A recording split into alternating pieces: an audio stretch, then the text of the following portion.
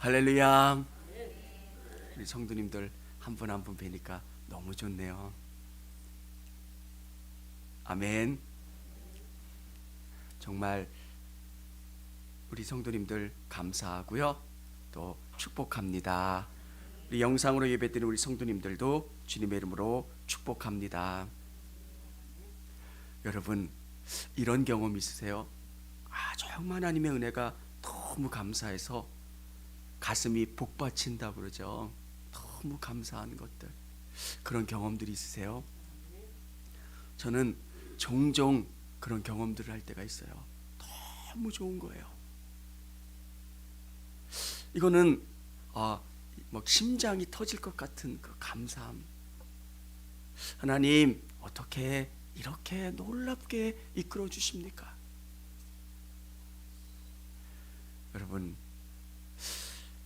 구원의 은혜를 경험하고 하나님이 일하심을 경험하면 너무너무 감사한 거예요. 저는 우리 성도님들이 여호와는 나의 목자시니 내가 부족함이 없으리로다, 부족함이 없다는 것, 그분 안에서 주시는 만족감, 그분이 주시는 충만함, 위로함, 감사함. 신앙은 상황과 여건이 달라지는 게 아니라 우리 하나님께서 우리의 삶 속에 계실 때 그분이 주시는 풍성함을 누리며 살아가는 거예요. 이게 경험되면 너무너무 좋아요. 감사해요. 다윗은 넉넉하지 않은 상황 속에서 그가 조금씩 하나님의 은혜로 성장하게 되고요, 그리고 왕까지 되는 일들을 경험합니다. 근데 놀라운 것은 다윗이 갖는 신앙이 시편 23편의 신앙이에요. 하나님과 함께함에 너무너무 감사한 거예요. 하나님 너무너무 좋아요. 하나님 너무너무 감사해요. 여러분, 그렇게 살아갔던 다윗의 인생 속에서 하나님께서 그를 더 높이 쓰시고 더 귀하게 쓰시고 그를 통해서 일하시는 것들을 경험하는 거예요. 저는 한 가지 분명하게 믿는 게 하나 있어요. 하나님은 복 주시는 하나님이시라는 거. 하나님은 우리 인생을 가장 좋은 곳으로 이끌어 주시는 하나님이시라는 거. 처음에는 우리의 인생이 좋은 곳으로 가는 것 같질 않아요. 돌짝밭 위를 걷는 것 같기도 하고요, 어렵기도 하고요, 힘들기도 하고요. 어떨 때는 우리의 삶이 누군가에게 보여졌을 때 너 예수 믿으면서도 왜 그것밖에 못 사니? 이런 이야기를 들을까봐 위축되기도 하는데, 분명히 깨닫고 확신하는 건 하나님은 실수하지 않으신다는 거예요. 이게 믿어지면, 이 은혜 가운데 거하면 만족해져요. 내가 잘못된 길을 가면 더 주님을 의지하라고, 고난 가운데 있으면 주님을 더 의지하는 거예요. 주님, 제가 주님을 더 의지하겠습니다. 주님을 바라보겠습니다. 주님과 함께 하기를 원합니다. 그러면 가장 좋은 것으로 우리에게 역사해 주시는 분이 우리 하나님이세요. 다윗의 고백이 얼마나 놀랍습니까? 내가 부족함이 없으리로다. 저 어려운데요, 경제적으로. 근데 마음 깊은 곳에 감사가 충만하여 내게 부족함이 없으리로다. 구약 성경과 신약 성경이 좀 따로 떨어져 있는 것 같지만 방향은 똑같아요. 성경의 저자가 하나님이시잖아요. 성경이 이야기하려고 하는 것은 일맥상통하고 같아요. 항상 기뻐하라, 범사에 감사하라, 쉬지 말고 기도하라. 내 안에 주체할 수 없는 기쁨이 샘솟는 거예요. 왜? 내 안에 하나님이 성령을 통해서 거하시는 거예요. 막 이 기쁨이 샘솟는 거예요. 우리의 상황은 그렇게 넉넉하질 않아요. 바울이 광풍을 만나는 그 배 안에 있는 것처럼 직장 생활하면 얼마나 고단해요. 실적으로 막 쪼기도 하고요, 뭐 하기도 하고요. 또 우리의 상황이 넉넉하지 않아서 힘들 때도 있잖아요. 근데 내 안에 주님이 주시는 위로가 있고요, 기쁨이 있고요, 감사가 있어요. 목회하면서 제가 직접 경험하는 건 아니지만 성도들의 삶이 고단하다라고 느끼는 게 뭐냐면, 제가 백화점에 있을 때 그 한층을 담당하는 그 매니저, 그 롯데 그룹 매니저가 계셨는데 보여주더라고요. 우리나라에 있는 롯데 백화점이 다 있어요. 어느 지점.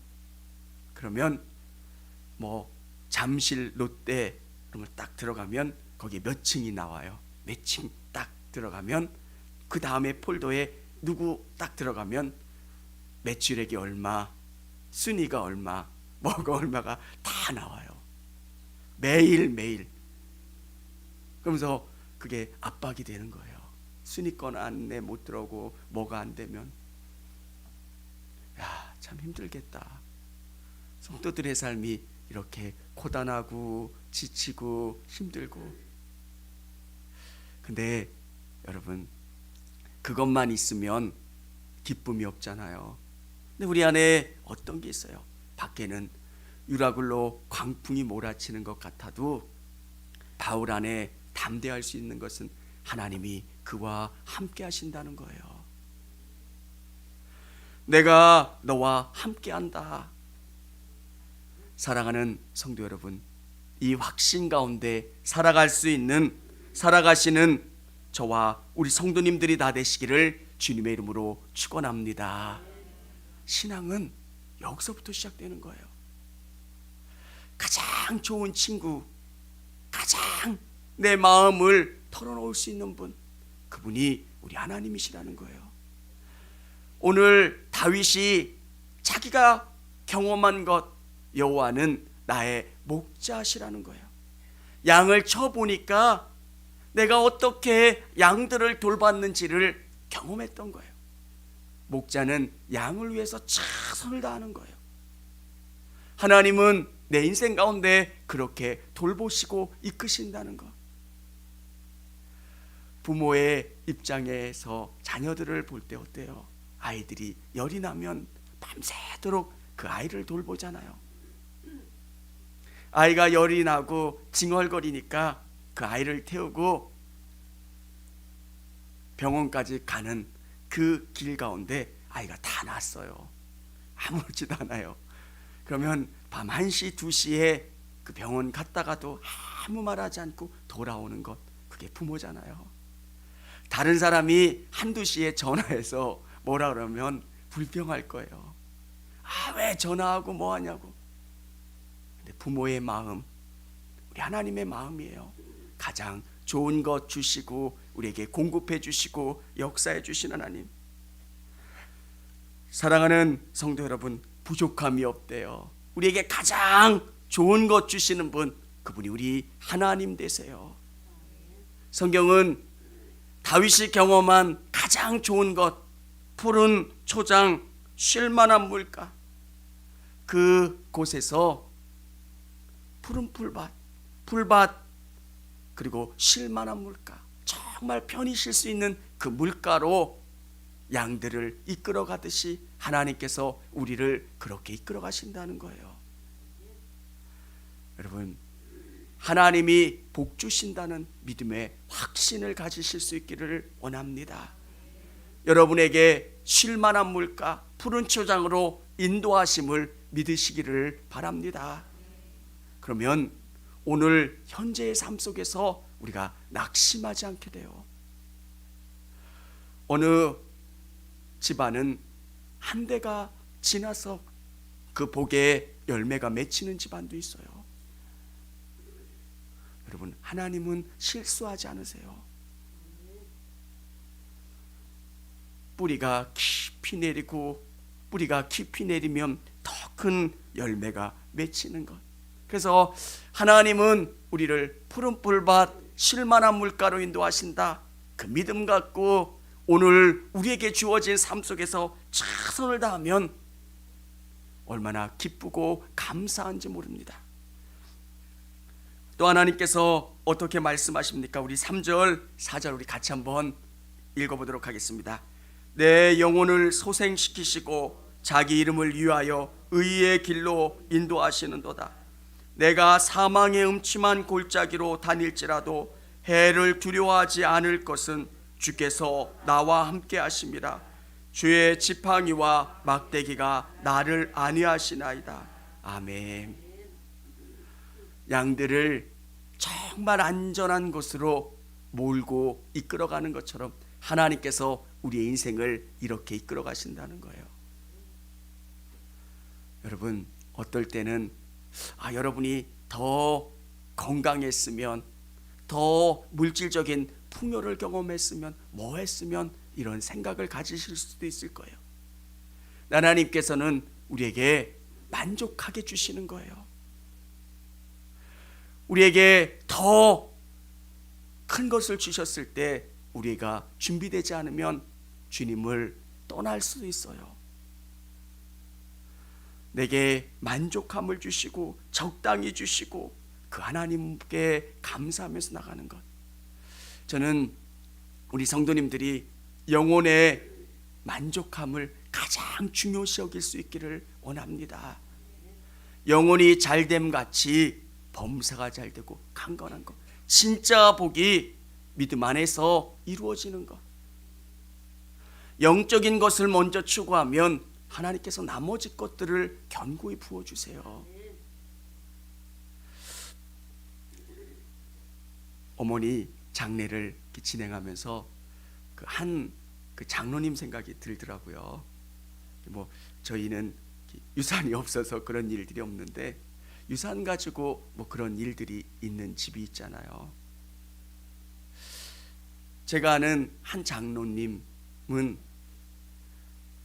그 유산을 어떻게 나눴냐면 그 형 앞으로 되어 있는 그 건물이에요. 아버지가 구두로만 이야기한 거예요. 너희 형제들 이거 나눠 가졌으면 좋겠다. 그 건물은 큰형 앞으로 되어 있는 건물이에요. 그리고 아버지는 수십 년 전에 돌아가셨어요. 근데 형은 아버지의 말씀에 순종해요. 그리고 형이 이야기해요. 아버지가 주신 건물이지만 사실은 어떤 형제는 잘 사는 형제도 있잖아요. 그리고 어떤 형제는 그만 못한 형제도 있어요. 근데 그 형이 우리 6명이 공평하게 나누는 게 아니라 조금 어려운 형제는 조금 더 주고 조금 넉넉한 형제는 좀 덜 받자. 형이 이야기하고 형이 실천을 한 거예요. 그러니까 동생들이 6형제들이 좋다고 형님 뜻에 따르겠다고. 얼마나 아름다워요. 사실 그게 너무너무 어렵잖아요. 물질 앞에서 뭐 작은 것들 앞에서 서로 갈등하고 다투고. 사랑하는 여러분, 여러분의 1번 우선순위가 믿음이었으면 좋겠어요. 정말 이 문제 가운데 믿음을 얻을 수 있는가. 그리고 정말 하나님이 믿음으로 선택하고 손해보면 나머지 부분에서 채워주세요. 우리 기독교인들은 하나님이 돌봐주신다는 것. 오늘 다윗은 뭐라고 이야기합니까? 우리의 영혼을 소생시키시고 의의 길로 인도하시고 그리고 우리를 사망의 음침한 골짜기로 다닐지라도 해를 두려워하지 않을 것은 주께서 나와 함께 하심이라. 주의 지팡이와 막대기가 나를 안위하시나이다. 사랑하는 여러분, 믿음은 이것을 경험하는 거예요. 하나님께서 여러분의 삶 속에서 지팡이와 막대기로 여러분의 삶을 선하게 이끌어 가시는 것. 오늘 다윗이 목자였을 때 경험을 했던 것처럼 하나님께서 성령을 통해서 우리 인생을 선하게 이끌어 가세요. 기도하면 말로 설명할 수 없는 성령님의 이끄심이 있잖아요. 왠지 모르는 성령님이 나에게 주시는 응답이 있고요, 메시지가 있고요, 또 어떨 때는 그 일들을 할 때 불편함을 주셔서 기도하게 하시고 깨닫게 하시고 또 돌아가게 하시고. 사랑하는 여러분, 성경은 우리에게 성령님이 이렇게 깊이 개입하시고 이끌어 주세요. 이스라엘 백성들에게 불기둥과 구름기둥으로 이끌어 주셨던 것처럼 오늘 이 시대에 성령님이 여러분을 그렇게 인도하시고 이끌어 가세요. 아무도 모르는 위험 속에서 성령님은 그 위험을 알게 하시고 기도하게 하시고 그 위험을 넘어가도록 하시는 분이 우리 성령 하나님이세요. 그리고 궁극적으로 우리를 승리케 해주세요. 여러분, 여러분의 신앙을 지키고 믿음으로 승리하고 하나님께서 주신 그 일들을 잘 감당하는 것, 그게 가장 멋진 승리라는 거예요. 오늘 5절, 6절 우리 같이 한번 읽어보도록 하겠습니다. 주께서 내 원수의 목전에서 내게 상을 베푸시고 기름으로 내 머리에 바르셨으니 내 잔이 넘치나이다. 나의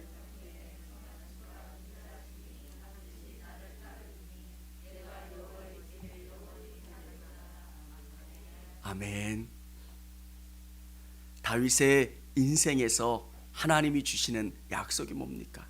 승리케 하게 해주시겠다는 거예요.